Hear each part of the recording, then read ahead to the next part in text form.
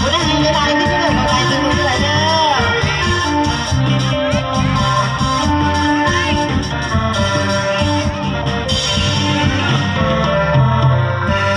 อันเขาเรื่องต่อก่อนแล้วบอนอกวันนี้น้องว่าสิลงไม่ที่ไปก่อนนะพี่น้องเด้อ